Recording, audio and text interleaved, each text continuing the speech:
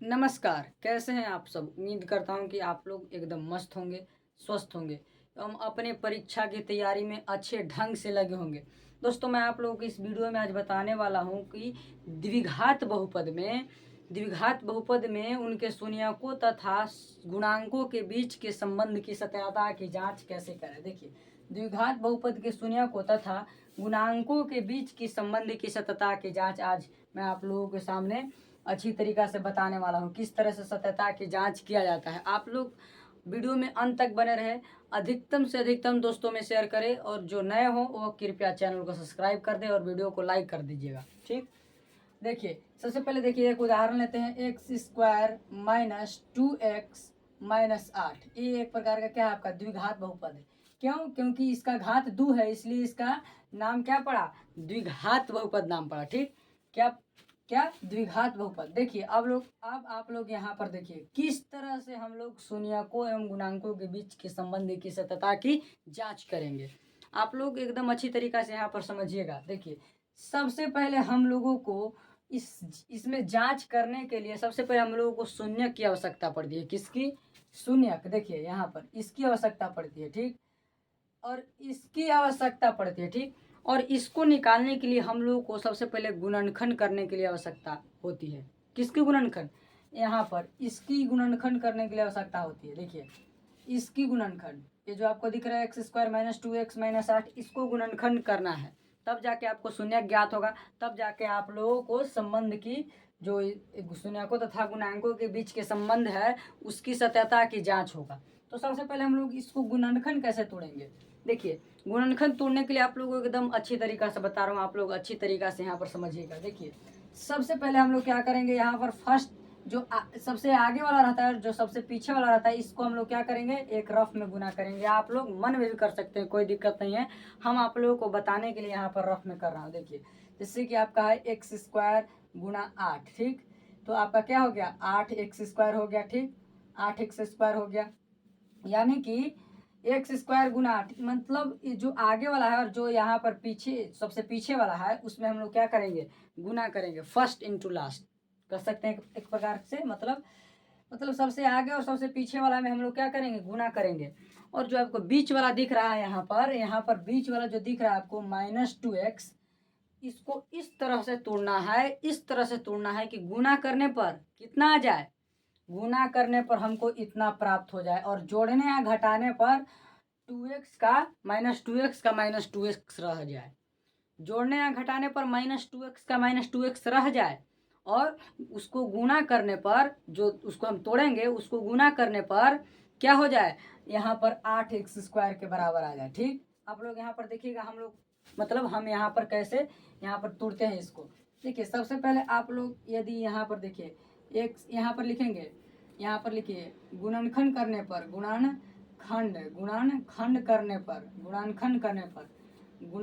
करने पर, ठीक, खंड करने पर, देखिए करने पर सबसे पहले इसको गुणनखंड कीजिए, तो क्या आपका हो जाएगा एक्स स्क्वायर, और -2x को इस प्रकार से तोड़िए कि मतलब उसको गुना करने पर, जो तोड़ेंगे उसमें गुना करने पर क्या आ जाए, आपका 8x स्क्वायर आ जाए, और जोड़ने या घटाने पर -2x का -2x ही रह जाए। ठीक, तो यहाँ पर हम क्या इस प्रकार से कर सकते हैं, -4x + 2x। ठीक, देखिए 4 दूना 8 हो गया, 8x स्क्वायर हो गया यहाँ पर आपका, और देखिए -4x और 2x, यानी कि आपका -4x और 2x जो है, इसमें से क्या होगा, यहाँ पर -2x हो जाएगा आपका। कैसे? क्योंकि देखिए -4 है और यहाँ पर +2 है, तो यहाँ पर जो है एक प्रकार से आप कह सकते हैं कि जो x है वह 4 कर्जा लिया हुआ है। यहाँ पर समझने के लिए आप लोगों को मैं बता रहा हूँ, x जो है यहाँ पर 4 कर्ज लिया हुआ है, और जो यहाँ पर x है वहाँ यहाँ पर इसके पास कर्ज नहीं है, इसके पास प्लस में है। तो क्या करेगा, यह कर्ज मतलब इसको चुकाने के लिए यहाँ पर 2 दे देगा इसको, तो क्या हो जाएगा, आपका बच जाएगा, केवल 2 ही कर्ज इसके पास बच जाएगा। ठीक, समझ गए आप लोग, मतलब 4 कर्ज है और 2 इसके पास है, मतलब कर्ज तो 2 इसको, 4 इसके पास कर्ज है और 2 इसको चुकाने के लिए है, तो यहाँ पर 2 इसके पास है प्लस में, यानी कि इसके पास है कर्ज नहीं है, इसके पास वाला है, ठीक। तो यह क्या कर देगा, यह 2 वाला को क्या कर देगा, इसको दे देगा, कर्ज चुका देगा। तो क्या आपका बच जाएगा, जब 2 दे देगा तो क्या बच जाएगा, 2 रुपया कर्ज और हो जाएगा। और रुपया से समझिए कि 4 रुपया किसी के पास कर्ज है और वह 2 रुपया दे देता है, उसको चुका देता है कर्ज को, तो कितना रुपया उसके पास कर्ज बच जाएगा, तो 4 रुपया। तो यहाँ पर क्या हो गया आपका, यहाँ पर 4 रुपया, मतलब सॉरी कितना उसके पास हो जाएगा, तो 2 रुपया और कर्जा रह जाएगा। मतलब 4 रुपया कर्ज है और 2 रुपया दे दिया उसको, तो आप कितना रह गया उसको, तो 2 रुपया मतलब उसका कर्ज रह गया हो। तो यहाँ पर उसी प्रकार से है। तो देखिए -2 का -2 यहाँ पर रह ही जाएगा, क्योंकि -4 है और +2x है। तो यहाँ पर हमने बताया कर्ज, मतलब कर्ज वाला जो उदाहरण लेके हमने बताया, आप लोग समझ गए होंगे यहाँ पर। तो क्या हो गया, -2x हो जाएगा और -8 के 8 लिख देंगे हम यहाँ पर, ठीक। यहाँ पर ठीक से लिख दे रहा हूँ मैं, -8 के 8 हो जाएगा आपका। अब यहाँ पर देखिए क्या करेंगे, अब यहाँ पर हम लोग उसको कॉमन करेंगे। क्या करेंगे, कॉमन करेंगे। तो यहाँ पर देखिए, यहाँ पर x यदि हम कॉमन लेते हैं तो यहाँ पर ये x वाला में से x आ जाएगा आपका, तभी तो x² होगा, गुना करेंगे तो तभी तो होगा। और यहाँ पर माइनस का चिन्ह रहेगा, ठीक। और यहाँ पर x जब ले लिए तो यहाँ पर आपका क्या बच गया, 4 बच गया, ठीक। और फिर इस प्रकार से यहाँ पर प्लस का चिन्ह देंगे, ये वाला, ठीक। और प्लस का जब चिन्ह देंगे, अब देखिए फिर यहाँ पर क्या करेंगे, 2 कॉमन लेंगे, ठीक। यहाँ पर 2 कॉमन लेंगे तो यहाँ पर आपका क्या बचेगा, x-4 आपका बच जाएगा। देखिए आपको यदि जांचना है कि हमारा गुणनखंड सही जा रहा है या गलत, तो आप लोगों को यही पता चल जाएगा। ये दोनों यदि बराबर होता है तो समझिए कि हमारा गुणनखंड अभी सही चल रहा है। यदि बराबर नहीं है तो वह गलत है। जैसे कि यहाँ पर x-4 है तो यहाँ पर भी x-4 है, ठीक। अब देखिए इसको हम लोग क्या करेंगे, x + 2 = 0 यहाँ पर हम लोग कर देंगे, ठीक। तथा एक और क्या करेंगे, x-4 बराबर यहाँ पर 0 कर देंगे, क्योंकि हम लोगों को शून्य ज्ञात करना है। तो क्या होगा, यहाँ पर x बराबर हो जाएगा आपका -2 तथा यहाँ पर x बराबर आपका हो जाएगा क्या, x बराबर आपका हो जाएगा 4। तो हम लोगों को देखिए यहाँ पर ध्यान से देखिएगा, यहाँ पर जो है ये जो x का मान निकला, इसको हम अल्फा और बीटा के रूप में हम लोग लिखेंगे। किसके किसके, अल्फा और बीटा के रूप में, ठीक। अल्फा और बीटा के रूप में हम लोग लिखेंगे। तो अल्फा बराबर देखिए, मान लिया जाए यहाँ पर देखिए या में यहाँ पर चलेगा या, ठीक, या। और देखिए यहाँ पर अल्फा बराबर क्या हो गया, 2 हो गया। और तथा बीटा बराबर आपका क्या हो गया, बीटा बराबर आपका 4 हो गया, ठीक। अब यहाँ तक मैं उम्मीद करता हूँ कि आप लोग समझ गए होंगे, ठीक। यहाँ पर देखिए आप लोग अच्छी तरीक़ा से यहाँ पर देखिएगा, यहाँ पर हो गया।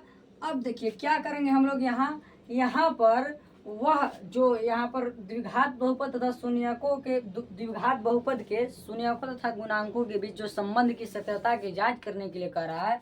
तो हमें तो शून्यक ज्ञात हो गया, क्या क्या शून्यक है, तो एक है -2 और एक है 4, ठीक। ये आपका क्या हो गया, शून्यक हो गया।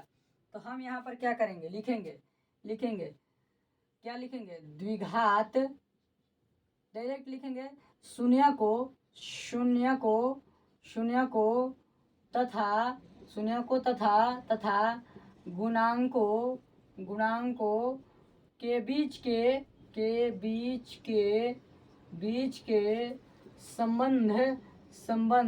के संबंध की सत्यता की जांच, ठीक, क्या की जांच, संबंध की सत्यता की जांच यहाँ पर हमने लिख दिया। क्या करना है हम लोगों को, शून्यकों तथा गुणांकों के बीच की संबंध की सत्यता की जांच करना है हम लोगों को। तो सबसे पहले क्या लिखेंगे, शून्यकों का योगफल, क्या, योगफल। यहाँ पर शून्यक हमारा क्या है, अल्फा और बीटा। तो यहाँ पर क्या हो जाएगा, अल्फा प्लस बीटा, ठीक। तो आपका क्या हो जाएगा, यहाँ पर शून्यकों का योगफल, तो -2 + 4, तो -2 प्लस यहाँ पर हो गया आपका 4। तो क्या बच गया आपका, यहाँ पर हो गया आपका क्या बच गया, आपका केवल 2 बच गया। क्या बच गया, केवल 2 आपका बच गया, ठीक। यहाँ पर देखिए, अब यहाँ पर आप लोग ध्यान से समझिएगा, यहाँ पर हम क्या करेंगे, यहाँ पर हम एक यहाँ पर बट्टा में 1 बैठाएंगे, कोई प्रभाव नहीं पड़ने वाला। हम लोग आगे की प्रक्रिया को मतलब बढ़ाने के लिए हमने यहाँ पर एक लिखा।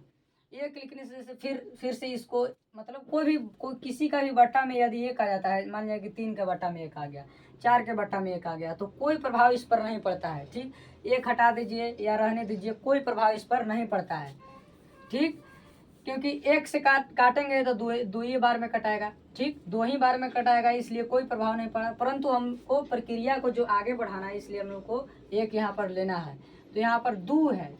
अब यहाँ पर आप लोग ध्यान दीजिएगा, यहाँ पर आप लोग ध्यान दीजिएगा, ये आपका x है, यहाँ पर 2x² है, यहाँ पर -2x है, यहाँ पर -8 है। ठीक, तो यहाँ पर आप लोग ध्यान दीजिए, ये जो 2 आपको दिख रहा है, कहीं दिख रहा है यहाँ इस बहुपद में, देखिए यहाँ पर देखिएगा, मैं गोल इस प्रकार से घेर दिया हूँ आप लोगों को ध्यान को केंद्रित करने के लिए। x², इसको थोड़ा सा इस प्रकार से कर दीजिए, x है यहाँ पर, देखिए ध्यान से, यहाँ पर देखिए, यहाँ पर देखिए x² - 2x - 8 है। तो 2 यहाँ पर आपको दिख रहा है, किसका गुणांक है?